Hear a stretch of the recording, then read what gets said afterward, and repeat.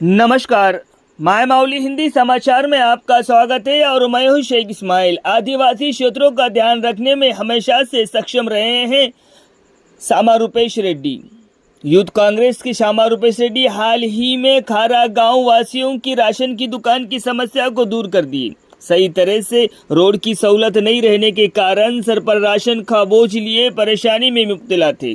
आखिरकार आगे आकर वंजारी गुड़ा, गारका गुड़ा और खारा जैसे गांवों में राशन की दुकान लाकर ही दम लिए।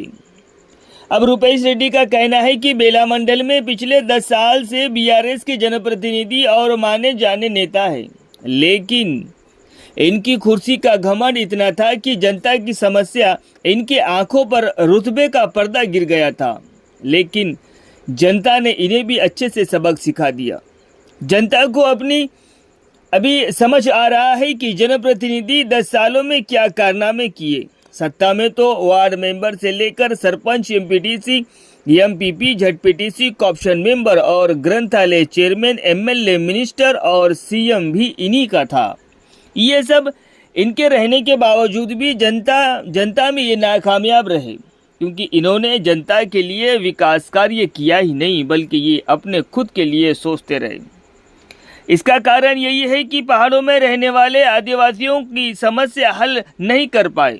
ये युवा नेता आदिवासी समुदाय का चहेता नेता बनकर सामने आया है।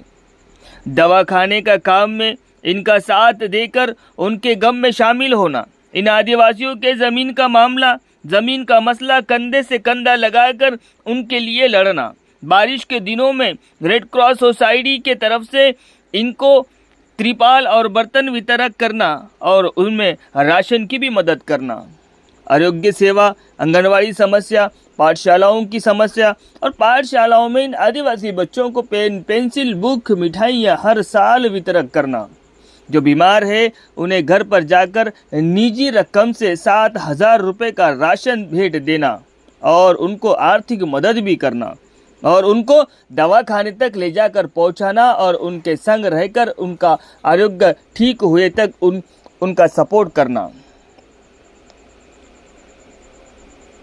अब रहा सवाल राशन की दुकान, तो रायपुर, गणेशपुर, खड़की के गांव वासियों को सोनकाज से राशन लेना पड़ता था, लेकिन अब रूपेश रेड्डी के आंदोलन ने उन्हें ही गांव में ही राशन मिल रहा है। सदलपुर को जुनूनी में आना पड़ता था। ऐसे कई मामले रूपेश रेड्डी ने सुलझाए और आगे आकर उनकी समस्या को अपनी समस्या मानकर एक तारा चमक उठा। लेकिन पिछले 10 साल से पद संभालने वाले अपनी खुशी पर आराम कर रहे थे। ये बिना कुर्सी वाला नेता जंगलों, पहाड़ों, पानी में, ठंडी में, धूप में, हर तरफ से कोई भी मौसम हो, लेकिन ये सेवा के लिए निकल पड़ता है और आज पूरे मंडल में वाहवाही बटोर रहा है। अब हम सभी युवा नेताओं को सामा रूपेश रेड्डी से सीखना चाहिए कि जनता का नेता बनना है तो ऐसे मामलों को और ऐसे कठिनाइयों का सामना कर उन जनता के आंखों के सामने रहकर उनकी सेवा करना ही एक नेता का काम होता है।